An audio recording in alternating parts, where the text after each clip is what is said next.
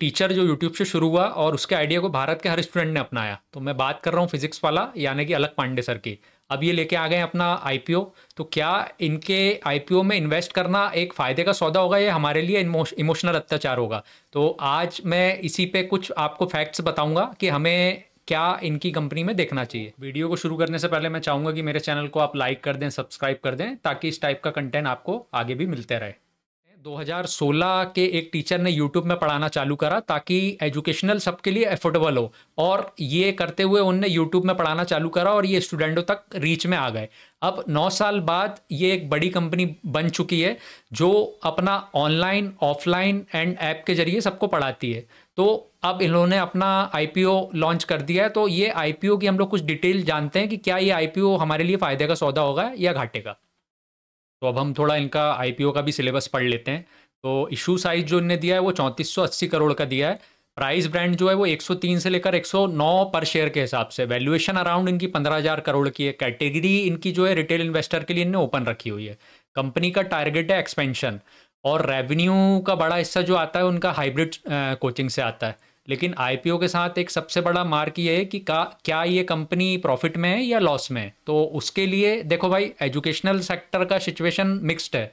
मतलब बायजूस हो गया, अन अकेडमी हो गया, ये सारे लॉस में चल रही है। तो लोग डरे हुए हैं कि हम लोग इसमें इन्वेस्टमेंट करें कि नहीं करें। तो FY 24 में लॉस था इनका 1131 करोड़, और अभी जो 2025 में है वो घटकर इनका हो गया 243 करोड़।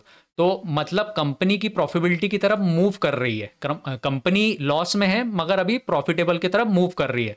रेवेन्यू भी स्ट्रॉन्ग ग्रोथ दिखा रहा है इनका। 24 में इनका 1940 करोड़ था और अभी 2025 में 2886 करोड़ का है। तो ओवरऑल कहानी ये है कि कंपनी लॉस में है और लॉस कंट्रोल में लगी हुई है।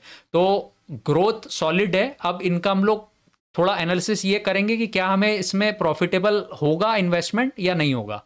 अब हम लोग थोड़ा इसका रियलिटी चेक भी करते हैं। देखिए, ये फिजिक्स वाला नाम ऐसा है कि हर स्टूडेंट इसको जानता है। क्यों जानता है? उसका सबसे बड़ा रीज़न ये है कि इनका जो फीस का जो क्राइटेरिया है ना वो बहुत कम है।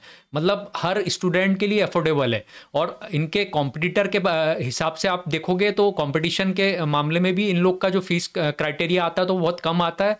प्लस ये ब्रांड बहुत बड़ा बन चुका है। अभी सबसे बड़ा एक्चुअली इन लोग का जो कंपटीशन है वो अन अकेडमी हो गया, बायजूस हो गया, और भी जो सेक्टर है इन्हीं लोगों से। तो अभी अगर हम लोग देखेंगे तो ग्रोथ की तरफ ही ये अपना जो इनका प्लान है वो जा रहा है। इन्वेस्टिंग के पर्पज से आप देखोगे तो मेरे हिसाब से अगर आपको ये लेना है तो आपको ये नहीं देखना चाहिए कि मेरा लॉट किस हिसाब से खुल रहा, ऊपर खुल रहा, नीचे खुल रहा, मेरे को प्रॉफिट हो रहा है। आपको लॉन्ग टर्म के हिसाब से अगर ये लेके चलना तो 1-2 साल आप लेके चलोगे इसको तो हो सकता है, और ये आपको बहुत अच्छा अपॉर्चुनिटी मिल जाए कि आपको इन्वेस्टिंग पर्पज से ये एक बहुत अच्छा प्रॉफिट दे दे। तो ओवरऑल देखें तो कंपनी लॉस में है मगर ग्रोथ के बारे में सोच रही है।